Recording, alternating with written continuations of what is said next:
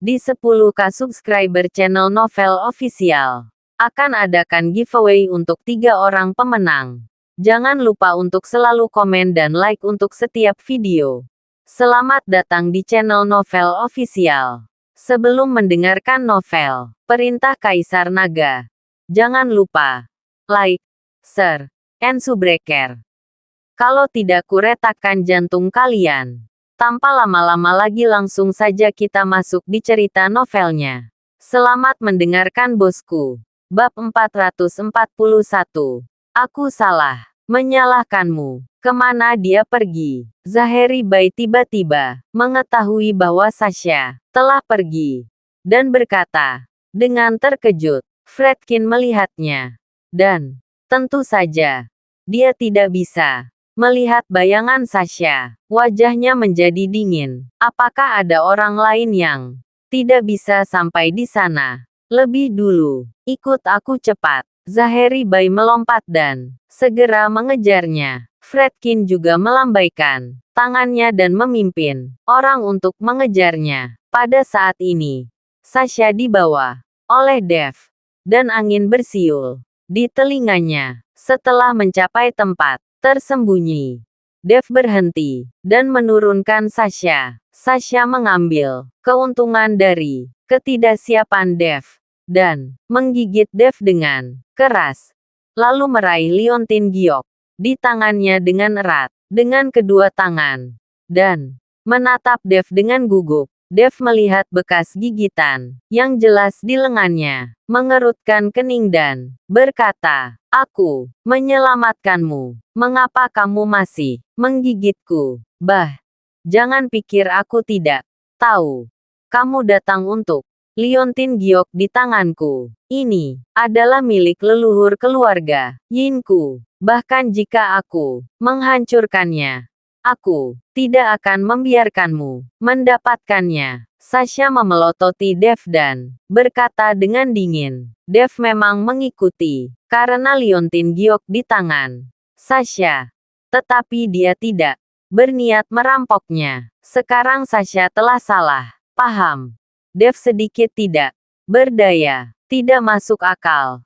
Kamu benar-benar menganggap liontin giok di tanganmu sebagai harta karun. Dev meninggalkan sebuah kalimat, berbalik dan pergi, meninggalkan Sasha sendirian. Melihat ini, Sasha tertegun sejenak, melihat punggung Dev.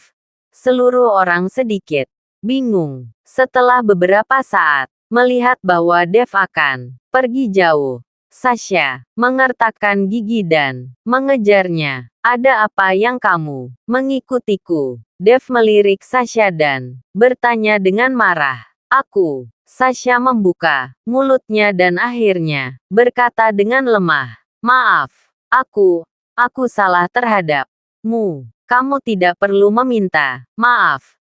Sekarang kamu aman. Berhenti mengikutiku." Dev berkata sambil berjalan. Tapi Sasha menundukkan kepalanya dan masih mengikuti Dev. Dia akan pergi kemanapun Dev pergi. Dev terdiam beberapa saat, berhenti dan berkata, "Apa yang kamu inginkan?" Sasha memandang Dev. "Bisakah Anda mengirim saya kembali? Saya khawatir saya bertemu dengan orang-orang itu." Sasha tahu bahwa Dev jelas bukan orang biasa untuk bisa menyelamatkannya secara diam-diam di depan Zaheri Bai dan Fredkin. Kekuatan Dev pasti sangat kuat. Dev ingin menolak, tetapi melihat penampilan menyedihkan Sasha, dia menghela nafas tak berdaya. "Di mana rumahmu?" "Tidak jauh. Sebuah desa di luar kota." Melihat Dev setuju, Sasha berkata dengan gembira. Dev mengikuti Sasha ke luar kota dan segera melihat sebuah desa. Tetapi tidak ada yang tinggal di sini untuk waktu yang lama. Dan rumah itu juga bobrok dengan penghancuran besar tertulis di atasnya. Jelas itu akan dihancurkan. Setelah menemukan rumah yang sedikit lebih baik, Sasha masuk. Lilin dinyalakan di dalam. Dan seorang pria, parubaya dengan tubuh lemah dan wajah pucat, terbaring di dalam. Melihat penampilan pria, parubaya itu, Dev sedikit mengernyit. Pria ini terluka parah, dan dia takut dia tidak akan hidup selama beberapa hari sama sekali. Mendengar suara itu, pria parubaya itu membuka matanya dengan rajin. Ketika dia melihat Sasha, dia membuka mulutnya untuk berbicara. Tetapi begitu dia membuka mulutnya, seteguk darah menyembur keluar. Ayah, melihat ini, Sasha buru-buru bergegas, menyeka darah pada pria parubaya, dan mengeluarkan beberapa pil gelap dari lengannya, berniat membiarkan pria parubaya itu makan. Dev mengulurkan tangannya dan menghentikannya, lalu mengendus pil, dan berkata kepada Sasha, organ dalam ayahmu rusak, jadi kamu tidak bisa minum pil yang menjengkelkan. Meskipun itu untuk sementara menekan luka fisik, tapi itu akan memperburuk kerusakan visceral. Sasha memandang Dev dengan heran. Kamu bisa menyembuhkannya. Bab 442. Tidur denganmu. Dan pria parubaya itu menatap Dev dengan curiga. Dengan tatapan bertanya di matanya. Sedikit keterampilan medis. Dev mengangguk. Itu bagus. Kamu bisa melihat ayahku. Jika kamu bisa menyembuhkan ayahku, aku bisa melakukan apa saja. Bahkan jika aku, wajah Sasha tiba-tiba memerah. Dengan sedikit rasa malu, berkata, bahkan jika aku tidur denganmu, maaf, aku sudah punya pacar. Dev terdiam beberapa saat. Apakah dia terlihat seperti orang yang bermain dengan wanita? Wajah Sasha menjadi lebih merah, dan dia menundukkan kepalanya. Dengan malu, aku tidak punya apa-apa selain tubuhku sekarang. Bukankah kamu masih memiliki liontin batu giok? Dev berkata pada liontin batu giok di tangan Sasha. Ketika Sasha mendengar ini, dia segera menatap Dev dengan gugup dan memegang Yupei dengan erat di tangannya. Kamu, apa yang ingin kamu lakukan? Aku hanya ingin melihat liontin giokmu. Jangan cemas. Aku akan mengontrol kondisi ayahmu dulu. Dev berkata, menekan tangan dengan lembut di atas kepala ayah Sasha. Energi spiritual langsung memasuki tubuh ayah Sasha, dan kemudian membungkus organ dalam yang terluka, dan mulai perlahan memperbaiki. Ayah Sasha hanya merasakan arus hangat melewati tubuhnya, dan kemudian seluruh orang tiba-tiba menjadi sangat rileks, dan wajahnya menjadi kemerahan. Sasha melihat perubahan ayahnya dengan terkejut di matanya. Ayah, bagaimana perasaanmu?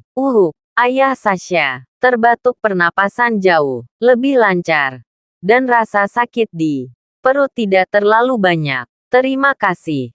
Terima kasih banyak. Melihat ini, Sasha dengan senang hati mengikuti Dev untuk berterima kasih padanya. Bisakah kamu menunjukkan padaku liontin batu giok itu sekarang? Dev bertanya pada Sasha. Sasha memegang liontin batu giok dan menatap ayahnya dengan ragu. Ayah Sasha mengangguk. Sasha, tunjukkan itu pada dermawan. Sasha memberi Dev liontin batu giok di tangannya. Dan setelah Dev mengambil liontin batu giok, perasaan yang akrab menjadi lebih kuat. Di liontin batu giok ada dua naga yang berputar-putar, dan kedua naga itu sangat jelas dan hidup. Dev memegang liontin giok, dan kekuatan spiritual perlahan-lahan disuntikkan ke dalamnya. Tetapi dengan cepat dipantulkan kembali dengan kekuatan besar, dan Dev hampir melepaskan liontin giok dari tangannya. Memang ada kurungan di liontin batu giok, Dev berpikir dalam hati. Lalu, menggigit jari tengahnya dan memeras setetes darah ke arah liontin batu giok. Melihat ini, Sasha buru-buru ingin menghentikannya, tetapi dihentikan oleh ayahnya. Dia menggelengkan kepalanya pada Sasha, memberi isyarat kepada Sasha untuk tidak mengganggu Dev. Ketika setetes darah Dev menetes ke liontin batu giok, liontin batu giok itu tiba-tiba bersinar merah, diikuti oleh suara auman naga. Dua naga di liontin batu giok tampaknya menjadi hidup dan terus berenang. Tetapi, segera setelah setetes darah dengan cepat diserap, lampu merah perlahan mereda, dan liontin batu giok kembali ke penampilan aslinya. Kali ini, Sasha dan ayahnya tercengang. Mata mereka melebar, dan mereka menatap Dev dengan heran. Benar saja, Dev memegang liontin giok dengan sedikit kegembiraan di wajahnya. Dan kemudian menatap ayah Sasha dan berkata, "Paman, saya tidak tahu dari mana liontin giok leluhur keluarga Anda ini berasal. Aku tidak begitu jelas. Sepertinya diambil dari sebuah pulau. Karena liontin giok ini seperti ini, dan tiba-tiba menjadi merah dan menyelamatkan nyawa ayahku. Jadi ayahku memberikan liontin giok ini sebagai pusaka keluarga." Ayah Sasha berkata dengan jujur, "Mengambilnya di pulau." Dev sedikit mengernyit, memikirkan pulau tanpa nama yang dikatakan Ryu tua tentang pulau itu. Pulau naga, atau apapun itu. Tampaknya Dev hanya bisa mengetahui sesuatu setelah mendarat di pulau itu. Karena ini adalah pusaka keluargamu.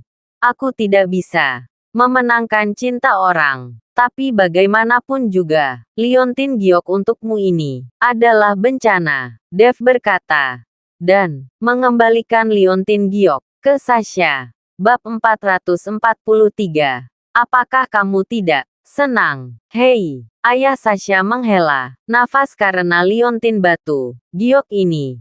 Keluarga Yin kami telah dihancurkan. Dan hanya saya dan anak perempuan saya yang tersisa untuk saling bergantung. Dev benar-benar mendengarkan percakapan antara Zaheri Bai dan Sasha. Dan sudah mengetahui beberapa hal. Karena apa yang disebut kekayaan tidak terungkap. Karena liontin giok keluarga Yin terbuka. Hanya masalah waktu sebelum itu terjadi. Itu akan membawa bencana bagi keluarga. Ayah, jangan khawatir.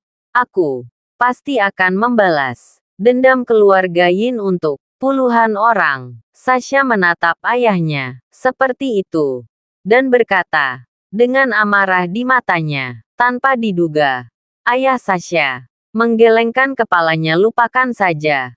Aku hanya memilikimu sekarang. Aku tidak ingin kehilanganmu. Di masa depan, kita akan menemukan tempat di mana tidak ada yang mengenal kita. Dan mari kita hidup damai.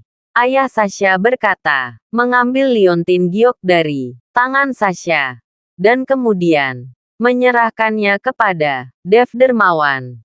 Anda menyelamatkan hidup saya. Dan liontin giok ini juga memiliki kegunaan di tangan Anda. Jadi lebih baik untuk memberikannya untukmu. Karang liontin giok ini tidak berharga bagi kami. Dev tidak punya alasan. Dan langsung mengambil Yupei. Terima kasih banyak. Jika Anda mengalami kesulitan, Anda dapat menelepon saya. Dev meninggalkan telepon dan sejumlah uang. Sementara Sasha dan ayahnya pergi dalam semalaman. Mereka awalnya datang ke sini untuk mencari perawatan medis dari Paviliun Raja Obat. Sekarang, penyakitnya telah sembuh. Tidak ada gunanya tinggal di sini. Terlebih lagi, Zaheri, Bai dan Fredkin mencari mereka di mana-mana. Jadi, bahayanya sangat tinggi. Ketika Dev kembali ke hotel, langit terlalu cerah.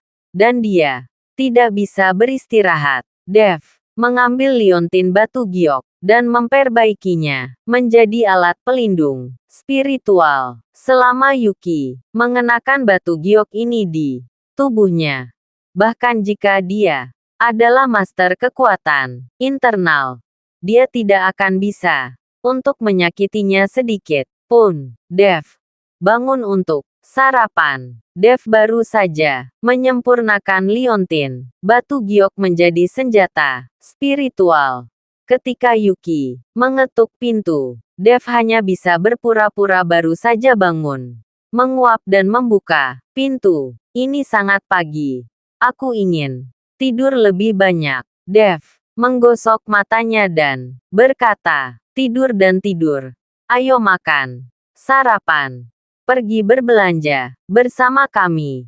Eli berkata bahwa orang-orang di sini semuanya adalah tuan yang terutama galak. Kami berdua tidak berani pergi. Aku ingin kamu menemani. Yuki berkata kepada Dev, pergi berbelanja. Kepala Dev menjadi besar ketika dia mendengar bahwa dia akan berbelanja dengan dua wanita ini. Kenapa kamu tidak senang? Yuki menatapnya. Senang. Bahagia. Dev hanya bisa tersenyum tak berdaya. Namun saat Dev hendak turun ke bawah untuk sarapan bersama Yuki, tiba-tiba Yuki melihat bekas gigitan di lengan Dev. Gigitan Sasha cukup berat dan terlihat jelas sekarang. Apa ini? Kamu tidak akan memprovokasi seorang gadis kecil di malam hari dan digigit oleh seseorang kan? Yuki menanyai Dev. Dengan kecantikan sepertimu, bagaimana aku akan menganiaya seorang gadis kecil? Aku baru saja membelikanmu liontin giok, dan kamu salah paham. Dev berkata, dan mengeluarkan sepasang liontin batu giok naga. Ketika Yuki melihat liontin batu giok, matanya tiba-tiba menyala. Dia tidak bisa meletakkannya di tangannya, dan dia bahkan tidak bertanya pada Dev. Faktanya, Yuki percaya pada Dev, dan dia tahu bahwa Dev tidak akan melakukan hal seperti itu. Setelah sarapan, Dev menemani Yuki dan Eli sepanjang hari. Dia awalnya berpikir bahwa paviliun Raja Obat akan terus mencari masalah. Tetapi hari ini damai, yang membuat Dev sedikit terkejut. Hari berikutnya adalah awal dari pertemuan seni bela diri. Suasana seluruh kota Tianfeng berubah. Seketika, sebuah arena tinggi telah dibangun di luar kota Tianfeng. Di sekitar arena, orang-orang dari paviliun Raja Obat berjaga-jaga. Dan di atas arena, beberapa orang tua duduk bertindak sebagai wasit.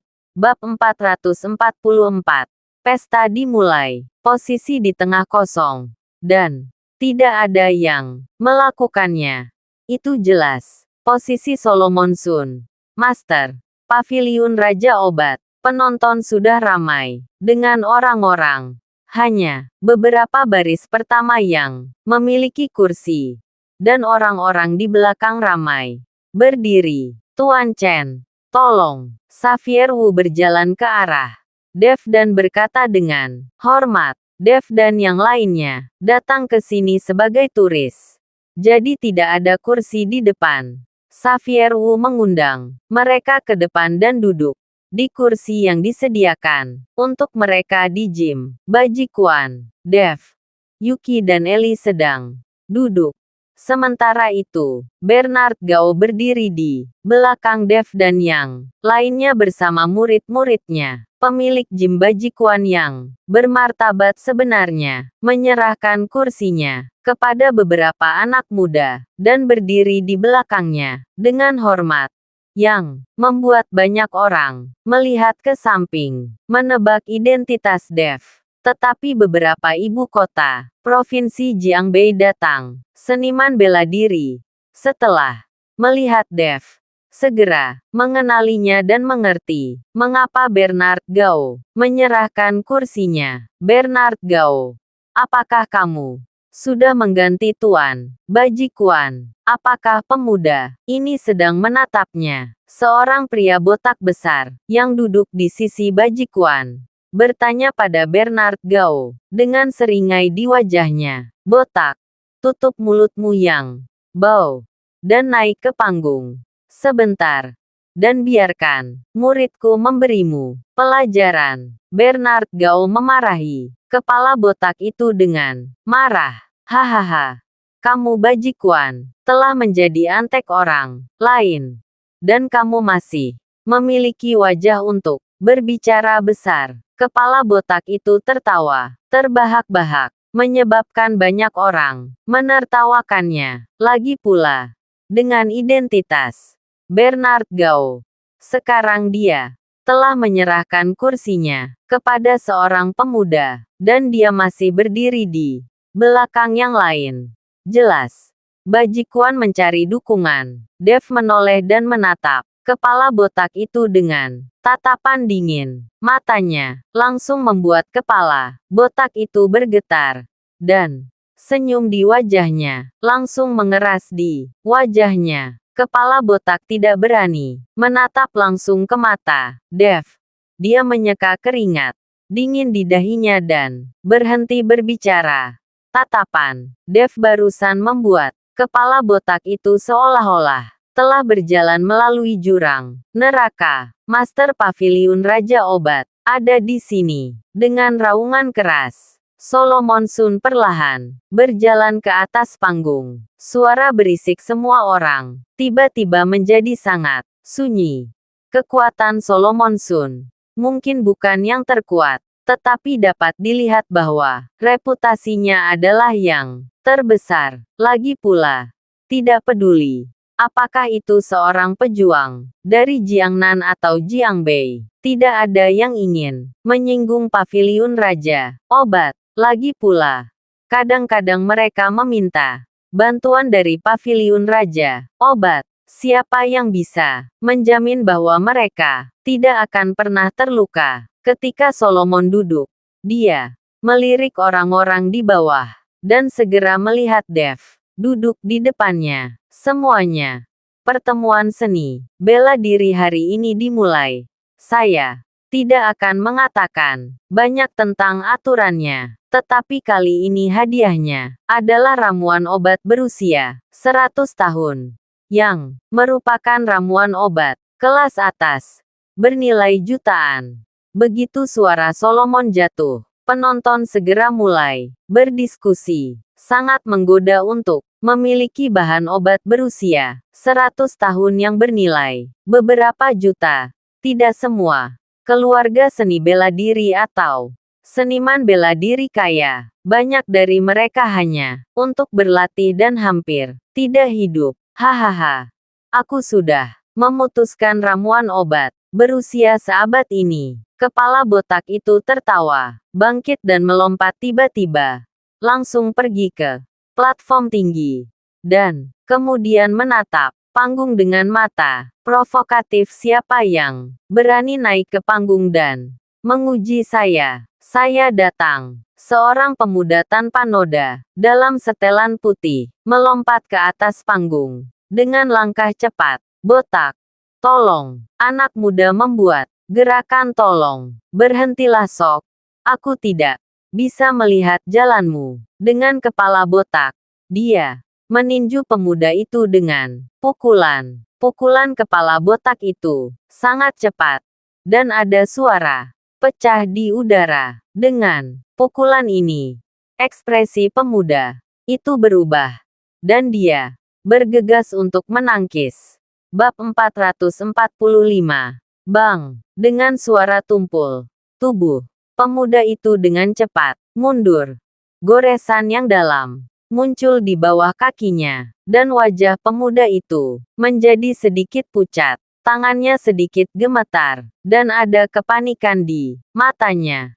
Dan kepala botak itu membuat pemuda itu hampir kehilangan kemampuannya untuk melawan. Pria botak itu benar-benar baik. Aku, hentikan omong kosong. Sialan itu. Kepala botak tidak menunggu pemuda itu selesai berbicara. Dan dia melemparkan pukulan lagi. Dan suara langit yang pecah terdengar lagi. Hati pemuda itu tenggelam. Dan dia berteriak dengan buruk. Dia berbalik dan berlari ke bagian bawah ring. Dia awalnya ingin mengakui kekalahan. Tetapi melihat kepala botak itu adalah masalah hidup dan mati. Tetapi tepat ketika pemuda itu berbalik, tinju botak itu telah tiba.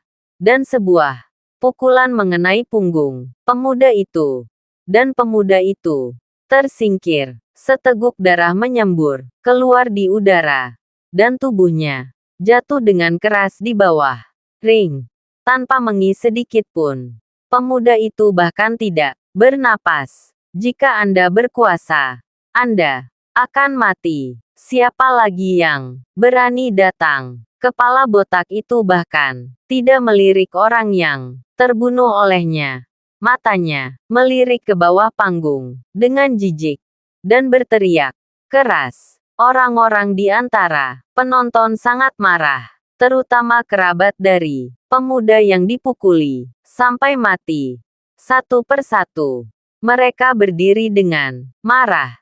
Tetapi aturannya sedemikian rupa sehingga beberapa orang yang lebih tua, bahkan jika mereka kuat, tidak dapat melakukannya. Datang ke panggung untuk membalas dendam atas kepala botak. Saya hanya bisa melihat kepala botak dengan mata marah. Beberapa pria tua di atas ring juga sedikit mengernyit, merasa bahwa tembakan botak ini terlalu kejam.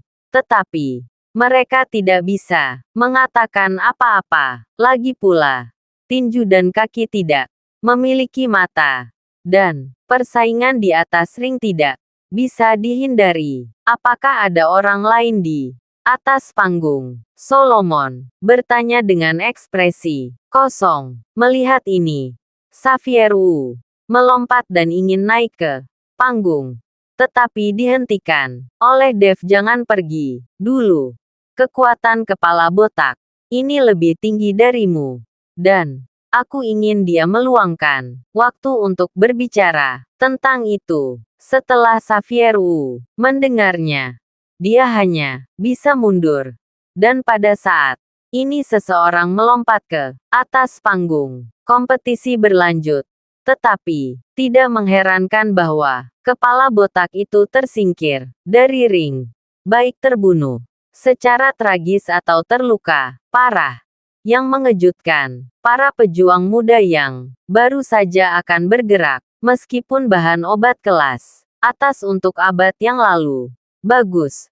Tetapi Anda harus menikmati hidup Anda. Dilihat dari kekuatan kepala botak ini, saya khawatir dia telah menyentuh ranah master energi internal. Apakah kamu bajikuan, takut, atau kamu ingin menjadi kura-kura? Kepala botak melihat ke arah Dev dan yang lainnya, dan berkata sambil mencibir, botak, jangan berpuas diri.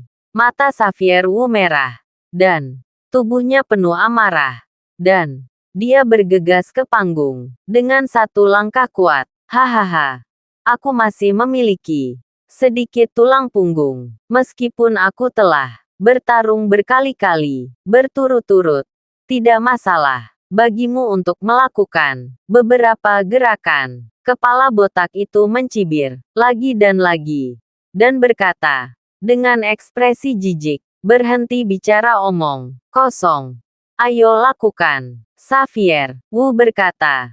Tubuhnya memantul dari tanah seperti pegas.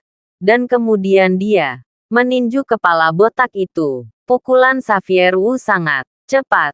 Dan sudutnya rumit. Dengan bantuan keberadaannya di udara, bayangan tinju menyelimuti kepala botak itu. Kepala botak mengangkat sudut mulutnya dan melirik Xavier Wu dengan jijik, lonceng dan peluit yang indah. Segera setelah itu, kepala botak meninju ke langit dan udaranya bergejolak. Bayangan tinju Xavier Wu menghilang, dan kedua tinju itu terbanting bersama. Bang! Dengan ledakan yang menggelegar, tubuh Xavier Wu dengan cepat jatuh ke atas ring. Dia mundur 3 langkah berturut-turut. Seluruh lengannya sedikit mati rasa, dan dia menatap kepala botak itu dengan tak percaya. Wah, kamu masih jauh, dan kamu masih ingin memenangkan kejuaraan dengan keterampilan kecil ini. Pria botak itu mencibir, dan kemudian tinjunya mengarah ke Xavier seperti badai. Xavier Wu tiba-tiba jatuh ke titik dipukuli, hanya untuk merasakan bahwa tinju botak itu sangat kuat. Lengannya mati rasa karena syok, dan dia melangkah mundur lagi dan lagi. Terima kasih sudah mendengarkan cerita novel Perintah Kaisar Naga. Sampai jumpa di cerita selanjutnya.